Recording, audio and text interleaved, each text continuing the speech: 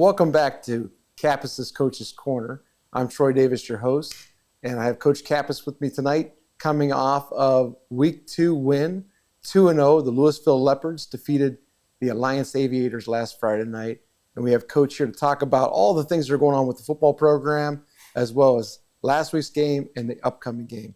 Coach, let's talk a little bit before we get into last week's game about where we're at as a program, the different levels of our teams, maybe go back to 8th grade. I know the Little Leopards even opened up this past weekend. There were some big games there Sunday, and then we had the 8th grade team. Tell us a little bit about those results. Yeah, it was a great week of football in Louisville.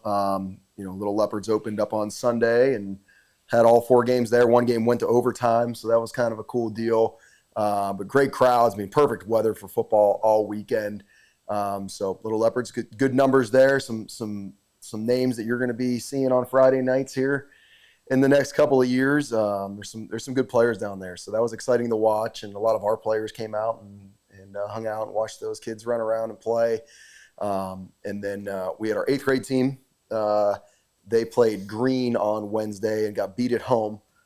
Green was a really good team, and 8th grade football, when you have a couple guys that have matured, in which Green had quite a few of those guys, and Green's probably played together several years. Yeah, this is the 8th grade's first year coming together. Yep, and you see a lot of good things from our team.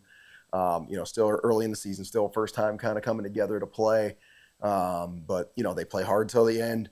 There's some really good players in there that make some great individual plays.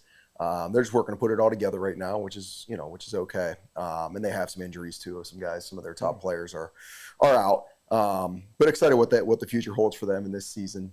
And then our freshmen played at home against Alliance on Thursday. Got a good win there. That team's really starting to gel and figure it out. Finally got everybody back and healthy. Saw some offensive production. You saw some really good plays on defense. Those kids are really starting to figure out the scheme of things and starting to grasp everything. So that was good. That was a good win for them against a good Alliance team. And then Saturday, we had a home game versus Alliance JV. Okay. And, great offensive performance and defensive performance from our guys. Cody Zaylor as a quarterback, he's really fun to watch. He can throw it. He can run it. Just getting the ball down the field, just, making things happen with his feet. He had an interception on defense. So that group's really fun to watch. And we got, like I said, I've said this a million times, but we've got a really great sophomore class and a lot of juniors that are playing some JV too that aren't quite cracking the lineup on varsity. And those JV games are so much fun just because we know the talent that we have and the development that's taking place and the experience those guys are getting. Because a lot of those guys are one play away from playing on Friday nights right now. So for sure. That's exciting. So this week, as we approach this week, do we have games at home for our guys? No, we're actually off both freshman and JV this week. Okay. Northwest does not put out a team for us to play in those, and we were trying to find another game, but some stuff fell through there. So we got our Thursday and Saturday open. Okay. And there's a great event we'll tell you about here Thursday night. Speaking of that, it's a good week to have some time off because there's a Touchdown Club event on Thursday. Yes. Yeah, so Thursday night is a Touchdown Club meeting. It's open to the public. It's going to be at the Battle Bar, also known as the All-American Axe Throwing. Yeah. Also known as the House of Terror, maybe? The Factory of Terror. Yes. Right? So just west of town here, getting into Canton over there. But open to anybody who wants to come. We invited all the families. Players want to come, they can come.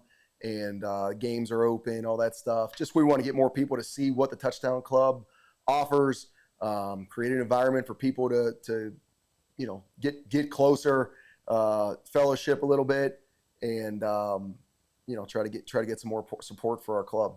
For sure. I know we've talked about this before, but if you're a fan, a parent, you want to be supporting the program, and as it's moving, this is a great time to jump on and keep it pushing. Yeah. Join the Touchdown Club, go to the event. It's going to be a lot of fun, and it's great for them to open up that facility to have the kids experience and invite all the community to come in and check that out and hopefully become a member of the Touchdown Club. Yeah, and it's worth it to come just to see that, how cool that Yeah, it is. axe throwing place and the Christmas bar and all that stuff over there. So, Well, this is a great lead-in to, you said factory of terror, and we'll talk about the factory of terror in terms of your defense and their performance and what you did offensively against Alliance. So let's kind of go through the game. I've got some things here that I'd like to talk about, but maybe we'll go through that and see what let you go with the game. sure. Again, another complete game from our team. We protected the football. We were able to run the football. We were able to stop the run. We were able to get takebacks. And then special teams came up huge again. Just shows the amount of time and effort we put into special teams and how much our kids are buying into what we're trying to do. And, just proud of the effort and the battle from our kids. Alliance is a good football team, and they're going to win. They're going to win a lot of games this year. And, our guys, through ups and downs, we made some mistakes, and they capitalized on some things. But they're a good team, and they're going to make plays. But our guys never flinched, and that's the kind of team we're trying to build, a 4-quarter team. Consistently moved the ball Friday night. Even the opening drive, got into the red zone, gave the ball back to Alliance, but moving the ball, and when you're playing good defense or great defense, moving the ball is even. It just complements the defense. It puts the offense in a bad situation. So you did that on opening drive, and then Alliance gets the ball back, and you guys take the ball away at midfield. Tell me a little bit about that. I know you guys work on takeaways. I know you work on. I think you have a different way of saying it. Yeah, we want to hunt the football. So the football is our prey. The ball carrier is our prey. We're trying to try to get 11 hats to the ball every single time. And then when we get there, find a way to get the football back for our team. And our guys did that. We had a great first drive right there, just kind of stalled out, made some silly mistakes and silly reads there. But they got the ball back, and they were moving the ball pretty effectively. Just some, a few things that we hadn't seen yet that we were adjusting to. And, for our guys, it was Quinn Burek and Luke Seaman dug that ball out. Ball carrier got held up. Second, third guy in on the tackle, stripping the ball out. The pie was still kind of moving. So we were able to get that ball back. Quinn Burek recovered that fumble and set us up right around the 50-yard line. Two guys that were on my list to talk about in terms of big games. Yeah.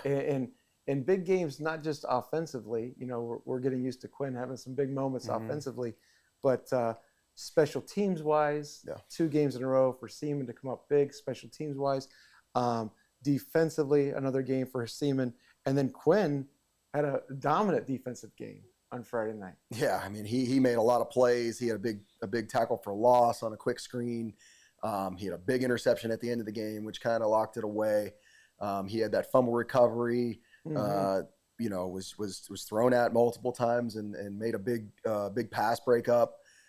So he had a stellar game. He was our defensive player of the game. Led on the point chart, had multiple tackles. So he was all over the field. And Luke too, making big plays on defense, and then that kickoff return right before the half. Oh yeah. I mean, that's huge to be able to get the ball back with under 2 minutes left in plus territory and be able to capitalize with a touchdown. I mean, that's just a huge momentum. That game was, going a little bit score in a battle, pretty even battle, and that kickoff return excited the team, excited the crowd, and the momentum to push into the end zone after that. You could feel it in the stadium. Yep. Yeah, and then for our offense to go out and execute a 2-minute drill and execute some plays that we kind of put in for situations like that and get the ball down close and get a touchdown out of it, that's way bigger than a field goal. Oh, yeah. Yeah, there was a lot of momentum taking you to halftime. And as we talk about, moving the ball, some other guys that I'd like to talk about is, moving the ball on the ground. We've got Gabe Stouffer. We've got the double Owen attack. Yeah. So talk to us a little bit about that, about moving the ball with both of those guys. Seemed like interchangeably and moving well. Yeah, when you have all 3 of those guys on the field at the same time for the most part, aside from getting Wilson some breaks potentially, to stay on defense. But it starts up front. Obviously, we got a great O-line that's really coming along. Some young guys that are really playing above and beyond what we had really hoped they would be at right now. Along with our 2 big kids that are playing really, really good football. And when you have those 3 guys that we can get the ball outside to DiMarzio, we hand the ball off to Owen Wilson, or we run the ball with Gabe. And I mean, you see the blocking these guys are doing for the quarterback when they're not getting the ball. It's amazing. Just there's no selfishness involved at all. The guys are, they're playing, they're starting whatever role there is on that play. And we're a tough offense to defend because of the run game and the quarterback run game, which opens stuff up outside. Yeah, and I'll go with you. Some of your offensive linemen, I saw some of the Alliance defensive linemen getting buried at some points. They did a great job of moving bodies and protecting quarterback and opening up lanes for the ball carrier. Looked great. As we go into the second half, again, another week where I don't know, adjustments. I don't know, locker room or what, the kids figured it out a little more, but another suffocating second half defensively. Yeah, we made a couple adjustments, decided to blitz a little bit more, and then just make some tweaks to the things that we already had going into the game plan, just spying the quarterback a little bit more. So getting another guy into coverage, and then instead of rushing 4 guys, just having a linebacker sitting for that quarterback, because he was killing us with his feet, and he did a great job keeping his eyes downfield and capitalized on us cutting a couple guys free when we were thinking he was going to run, and he found receivers down the field for big plays to keep drives going. So just some little adjustments like that, that, you come into a game thinking, all right, if this is hurting us, this is something we're going to adjust to. So it's not stuff that's new at halftime. It's, hey, maybe we practiced this one time on Wednesday or Thursday. Remember when we did this, guys? Let's bring that out right now, and that can help us out with the things they're hurting us with. And then offensively, just made some subtle adjustments in terms of how we were blocking their fronts and blitzes, and capitalize on some good run game stuff there too. Yeah, something I noticed in the second half, and I don't know, I'm sure you noticed it, but because I know you work very hard with your guys on this, but Owen Wilson breaks I think 45-yard run to the end zone. Great run. Everybody's celebrating. It gets called back. But the thing that I noticed, it didn't stop the team from swinging the hammer. No. It didn't seem to flinch. I didn't see this, dropping the head or like, oh, poor us. It was just like, okay, let's snap the ball again. Yeah, and that's don't flinch, right? Play the next play. We preach that's mental toughness right there, right? If you let something that you can't control get in your way of performing your job on the next play, then we're not mentally tough if we can't do that. So guys do a great job of just, all right, here's the situation, let's play the play, let's do our job in the next play, and our guys know we have the playmakers to get out of holes when we're behind the sticks, as they would say. So probably the play of the second half, the one that you've probably been asked about before, is the fake punt. Yeah. So tell us a little bit about that. Was that a Stouffer move? Was that a planned move? No, that was a planned move. When we got the ball back, it was just kind of the area of the field where we felt like they were going to line up. If we got the fourth down, they were going to line up exactly how we wanted them to line up. And I told Gabe before we went out on the series there, I said we're going to run the fake if we gets the fourth down here. Yeah. So I said, let's not turn the ball over here. We got this under control, and we executed it perfectly.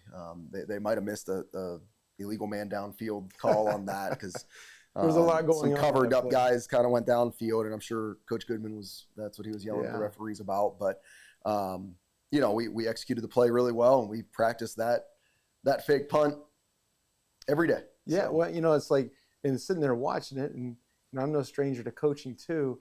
I was caught off guard. Yeah, I think you caught a lot of people off guard with that play, and the the confidence to make a play like that, the confidence in those guys making the play, but also the confidence in your defense to back that. Yeah, that if it doesn't go well, to back that we're up. Playing good defense right there. We got a 2-score lead. It's 3rd and 10 from your own 30. It's when no one expects it, right? Right. So made a nice push in that drive and gathered a lot of momentum. gave the ball back to Alliance without scoring there, correct? I think Not so. correct there? Yeah, I we think it might have was. scored. I don't know. Because we did have some field goals too. Parker Yep. Dom came through with a field goal. We were up 11 at that point, though, so I think we had already kicked the field goal. Yeah, I think so. So then they come back, and there's the Quinn Burek interception, which was just like, right place, right time, tips and overthrows. We always said we got to get those, man, and that's he was kind of fell right into his hands, and a good player is going to capitalize on that opportunity. Did a good job protecting the football, getting some yardage on the return, and that set us up for a score there. Yeah, and so I guess the last thing that I'll bring up about the game that I saw was just another hustle play. It was covered up for the fans a little bit by the way he landed in front of the team, but Colton Doherty almost picking off the ball. Yeah. I mean, that was really close. And it was a great play by Jake Beard, our defensive end. He actually fell down, got up, got his hand up to tip it, and then Colton tracked the ball really well. We drilled that where there's a fluttering ball up in the air like that. And I think it was a good call. I mean, he caught it, but the bottom half of the ball hit the ground as he was kind of catching it. But a great hustle play right there, and a guy being in a aggressive. And again, it's another week where I felt like guys played even harder than they had to. The momentum pushed them into that, and it was noticeable. And then of course we had a little wedge push down the goal line. Yeah. Do we have a name for that play? Do you guys have your name for that play, or is it? I can't tell you the name of the play. Is it the tush push, or is it? My day it was similar wedge. to that. Yeah, it's something of that nature. But yeah, we get the big guys in there inside, and that's a lot of meat. And Alliance did a good job stopping it. It actually kind of helped us out that they stopped us on the first one. Kind of burned off another 40 seconds there before they got the ball back at the end of the game. So and they didn't stop swinging. Oh no, You're that right, team played hard to the team. very end. That's a good football team. They got a great quarterback and a lot of experience. All those kids have been starting for 3 years.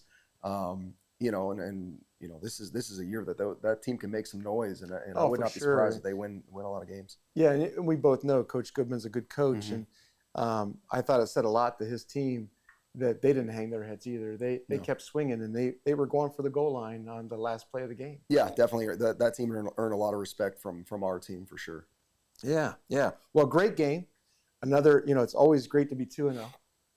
2 weeks in a row of shutout second half. You're making us expect that.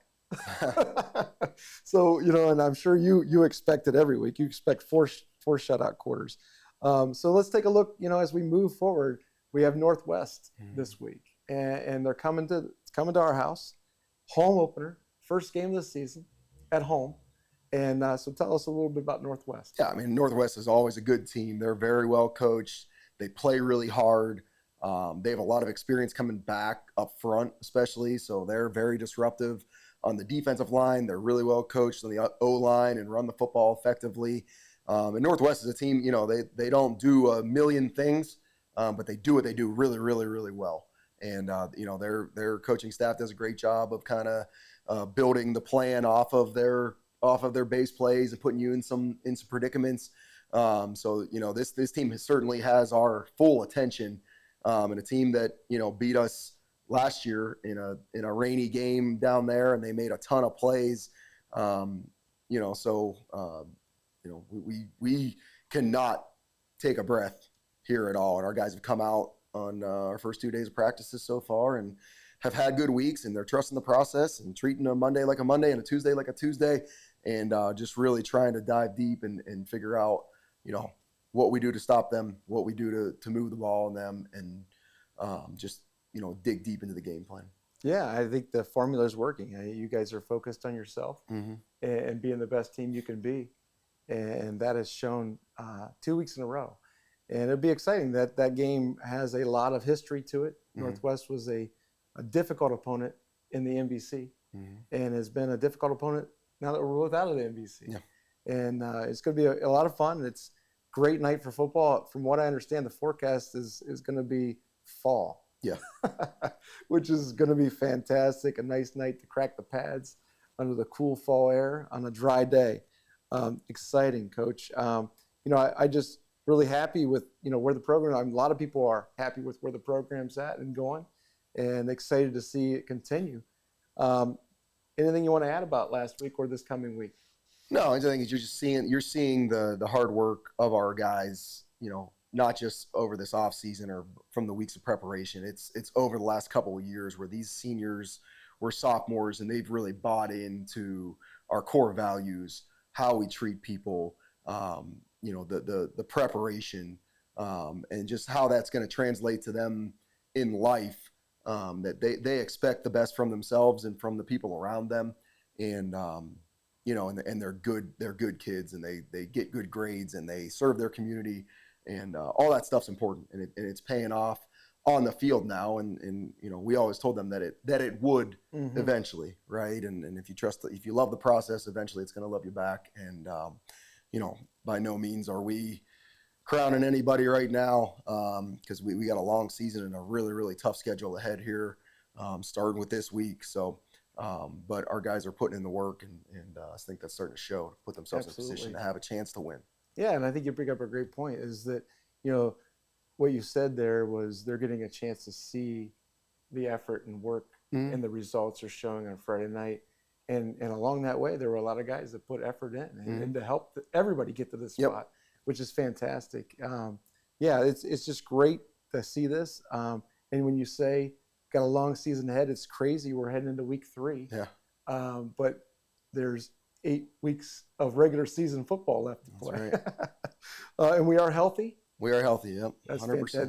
That's right up there with winning, is having 2 weeks of healthy football players, giving yourself a better chance to win more. All right, Coach. Well, thanks for joining us tonight. I know you got a lot more work to do this week, so we'll let you get back to work.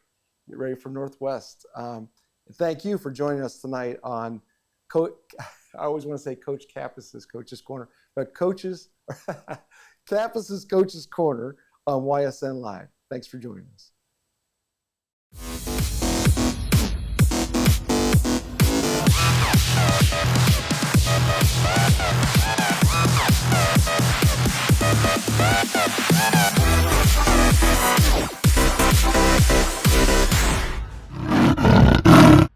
YSN thanks you for watching this presentation of Your Sports Network.